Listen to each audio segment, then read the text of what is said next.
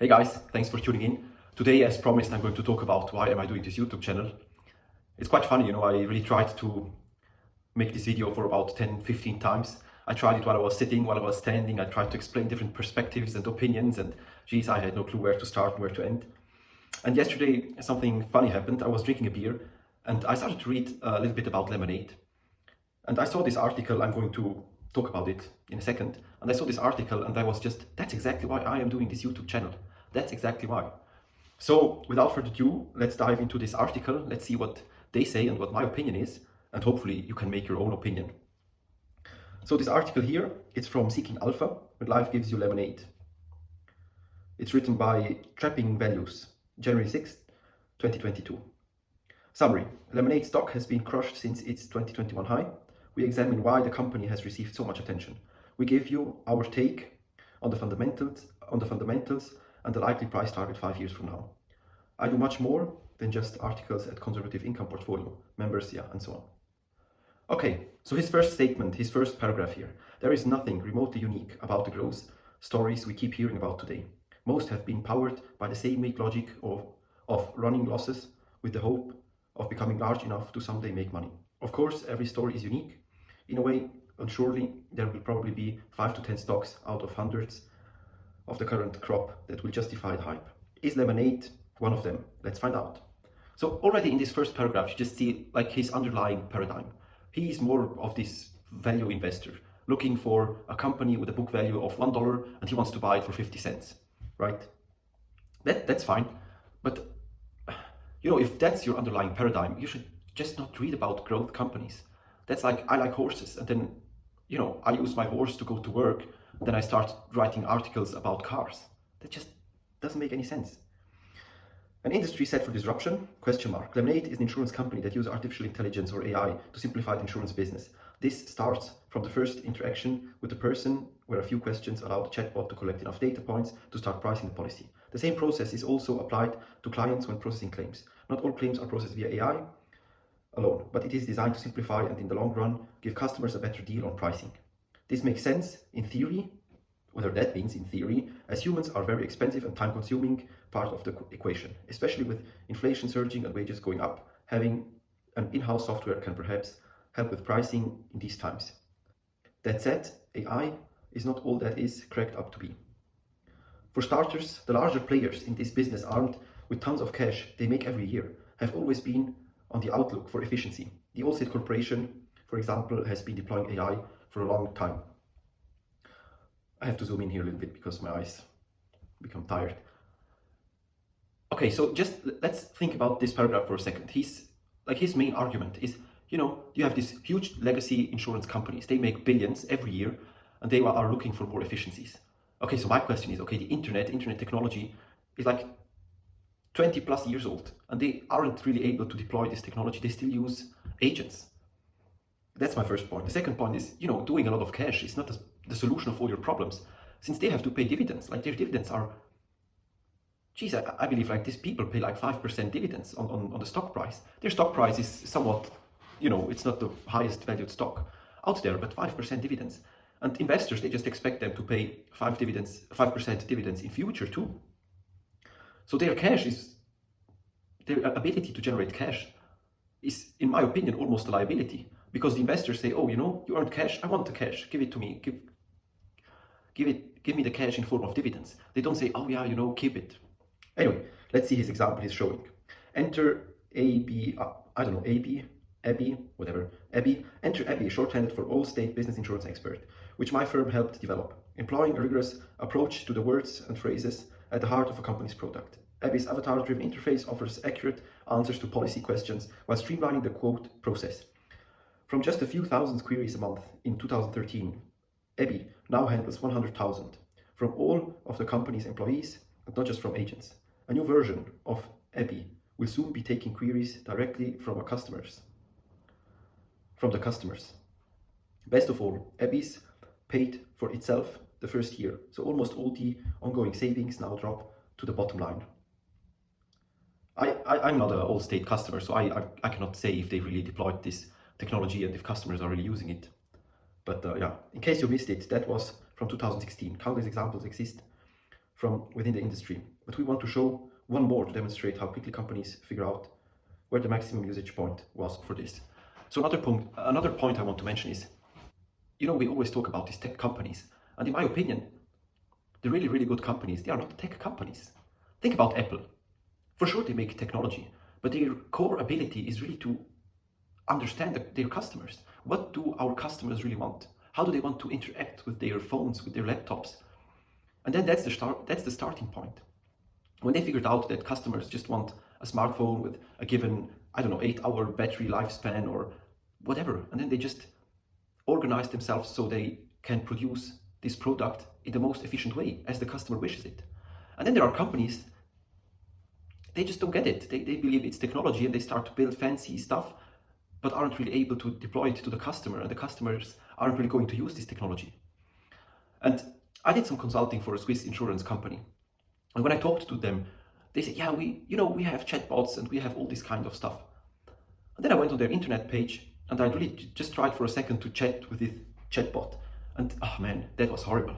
Like, it's useless. It's completely useless. And there is no improvement. Like, they have this chatbot since 3, 4, 5 years maybe, and it's exactly the same as 5 years ago.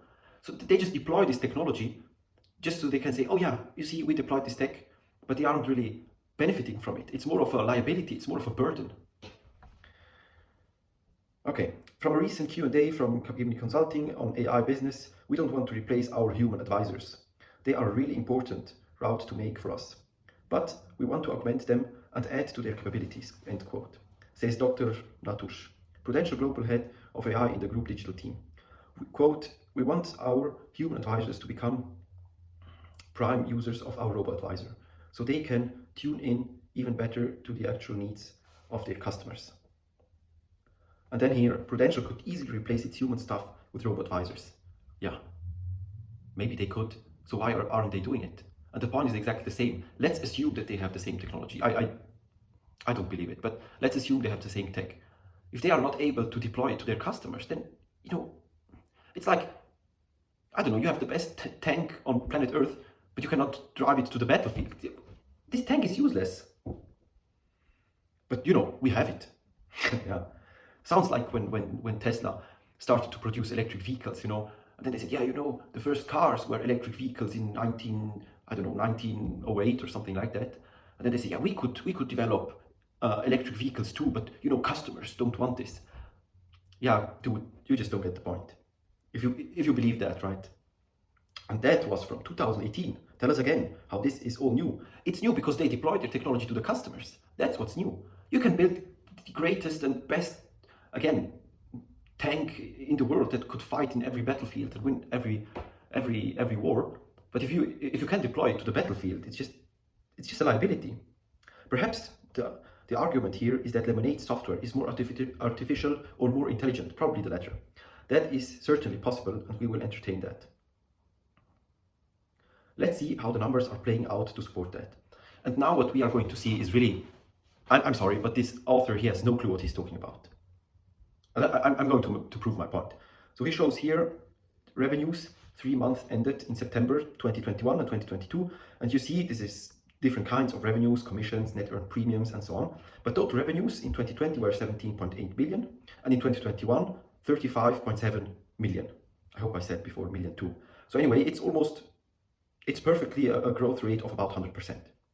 Now we look at expenses, their total, oh yeah, so expenses grew from 48.3 million to 99.9 million. And the net loss from 30.9 million to 66.4 million. So net loss is more than a doubling. So revenues doubled and net loss more than doubled. Why?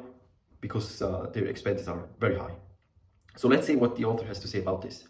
Some of this can be attributed to growing pains as technology expenses are still extremely high and increased even faster than revenues. Okay, sounds reasonable. But investors should focus on that, as it shows how the human cost is buried elsewhere. Yeah, so my point on this is, you know, you can scale technology quite easily. And that's what we are exactly seeing. Look at the rate, at the pace, how quickly Lemonade is launching new products. Think about renters, homeowners, condo insurance. Think about pet insurance, life-term insurance, I believe it's called. And what was, oh, and now of course car insurance. And this technology is it's quite easy to scale this technology. Well, if you have really an organization that is based on human interactions, where customers interact with human beings, it's very tough to scale that, because every time you want to make more revenues, you have to employ new workers. And these new workers need a place to work, they need education, you need to, yeah. After all, we are certain that the AI is not charging Lemonade to improve its performance. Lemonade also spent a stunning 120% of total revenues on sales and marketing. Okay, and this just proves that this author has no idea what he's talking about. When Lemonade talks about revenues, they talk about this 20, 25-ish, maybe 30-ish% of in-force premium they take from their customers. So what do I mean by that? Conventional insurance companies or legacy insurance companies, what they do is, you buy a policy. Let's say you buy a car insurance policy. It costs you, I don't know, $1,000 a year, and they earn this $1,000 in, let's say, 2020. And then they basically, what they do, they book this $1,000 as revenues. Okay, so generally speaking, revenues is equal to the policy they sold, to the sum of all policies they sold. But when you talk about Lemonade, that's a different animal. When they talk about revenues, it's not about their policies. It's about this commission they take from their customers. So if you want to compare with legacy insurance companies, the more appropriate metric to look at would be written premium or earned premium or in-force premium or whatever, but not revenues. Because what Lemonade does is you pay $1,000 for your car insurance, for your annual car insurance, and they take this 20-ish, 30-ish% commission. And that's their revenue. So they take $200 or $300 and they book this as their revenue. Again, and if you then look at how much they spend on marketing, for how much net premiums they earn or net written premiums, or for the in-force premium, really to look at how customers are spending more money on insurance, you will have totally different numbers. And I did videos before about Lemonade's marketing efficiency and how much they spend. Go and have a look. That is another key question that must be asked. Can Lemonade grow its customer base without spending such outlandish amounts on sales and marketing? Yeah, my point here is that thanks to Paperback Investor, he really did an amazing job looking at the churn rate of customers. And if you consider the churn rate and their sales and marketing expenditures, their customer acquisition cost is even lower than what I did calculate. The losses also bring forth an important question. How long will anyone finance this experiment? Thanks to the timely secondary offering, Lemonade is loaded with cash. Net assets were over 1 billion as of September 30th, 2021. Yeah, here he's right. He did his homework for once. So you see here, total investments about 805 million, cash about 319 million. So it totals in about 1.1 billion US dollars in liquidity. Lemonade is running a $250 million loss rate per year though. If somehow Lemonade manages to double its revenues again in 2022 without improving its loss ratio, we are looking at a $500 million annual burn rate. This is all assuming there is no extraordinary event that spikes claims even beyond that. And here again, this point is it just shows how he has no clue what he's talking about. Like this man, I'm really sorry, I assume it's a man. He spent probably an hour or 2 hours to write this article. But if you would just take 30 minutes to read more about Lemonade, how this company works, how they make revenues, how they think about in-force premium, and how they think about their customers, this article doesn't make any sense. But he'd rather spend 2 hours writing about why this company is not a good company in his opinion, than to update his view, which is of course easier for him. This all assuming there is no extraordinary event that spikes claims even beyond that. Okay, here again. What they do is, by taking only 20 to 30% of in-force premium as their revenues, they really want to increase the quality of revenues, because here the risk lies up here in the 30 and 70% up here, right? And so what the weather, or let's call it the weather, but the risk volatility or increasing claims do not affect their revenues. That's the entire point why they have this company structure. Either way, we see lots of new stocks being issued to finance this growth, and investors may not like the dilution they get. Valuation and verdict. If you want to run crazy assumptions about growth in 10 years and rationalize that Lemonade can command any valuation, you have come to the wrong article on Seeking Alpha. Here we base our assumption in that growth investors are confusing brains with a now dead bull market. Again, in this sentence, he just shows that he's not understanding this company. Even optimistically speaking, revenues will not hit 1 billion all the way into 2026. Okay, consensus revenue estimation. Then what we see here is the estimated revenue for 2026 is 966 million.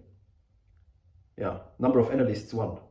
Yeah, that's consensus, right? If one analyst says that he believes that this company is not hitting 1 billion in revenues, we have already the analyst consensus. Thank you. That's really, I appreciate that. Good work. No, of course not. It's like, this doesn't make any sense. Look, Lemonade at the end of 2022 should have something like 800 million in revenues, in in-force premium. Then let's say they grow at, this is quite conservative. Let's say they grow at 50%. And for 2023, 24, 25, 26, for 4 years. So we end up with in-force premium of about 4 billion. And then we multiply it by 0.25, that's 25%, because they take about 25% of their in-force premium as revenue. So we end up with a revenue of about 1 billion. And this is, in my opinion, this is a very conservative calculation. But you know, analysts' consensus is different. If we somehow ignore the stock dilution that will likely come to fund this, including the amounts for Metromile, and use today's share counts as base, we can reach an idea of their fair value. All states' peak market capitalization this year came rather close to its current set of revenues. And again, it's exactly the same point. He talks about revenues, but you cannot compare all states' revenues with Lemonade. Let's set their technology stack, their better marketing and so on. Let's set all this stuff aside. You cannot compare a legacy insurance company's revenues with Lemonade's. Why? Because their revenue is only 20 to 30% of in-force premium. Allstate market capitalization is about 51 billion, and the revenues are, 34 billion and 51 billion in revenues. And for me, that's exactly the same story as with the legacy car manufacturers, right? Look at these car manufacturers before Tesla exploded. Most of the time, their price to sales ratio was about 0.5 or something like that. And it's always after this paradigm shift that these companies enjoy higher price to sales valuations. Again, giving Lemonade the benefit of 2026 revenues, we can assign a 1 billion market capitalization as achievable. Yeah. So you see here, they have a market cap of 2.26 billion. This guy has no clue what he's talking about. That would create a sub $20 price in 2026. That is the upper end best case scenario for us. 5 years is a long time, and we would not be surprised to see the share count double from here. Revenues fail to meet the optimistic growth rate or large one-off events that make losses worse. The good news for investors, this. Short interest is high. You see here, orange line, it's about 14.68 million. Short interest is incredibly high, 40%, and the lemon squeeze may send this ripping higher. Ideally, the company should use that to issue more shares. That short interest, though, keeps us neutral and not bearish. Okay, so we're not financial advice. So, to sum up, you know, the irony of this article is that they call themselves seeking alpha. If you are seeking alpha, you need a company that is doing something fundamentally different. Because if the company is doing the same as all the other companies, you're just looking for beta. Beta is the correlation with the stock market. So a company with high beta is probably a company that just correlates perfectly with the entire market over time.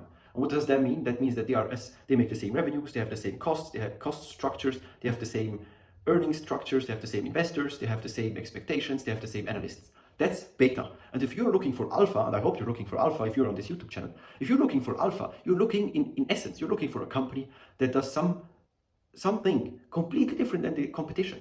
And the best example is Amazon. The best example is Tesla. And in 10 years, we're going to say, oh, Lemonade was one of these examples too. Okay, so to sum up, I believe this article really reflects why I'm doing this YouTube channel.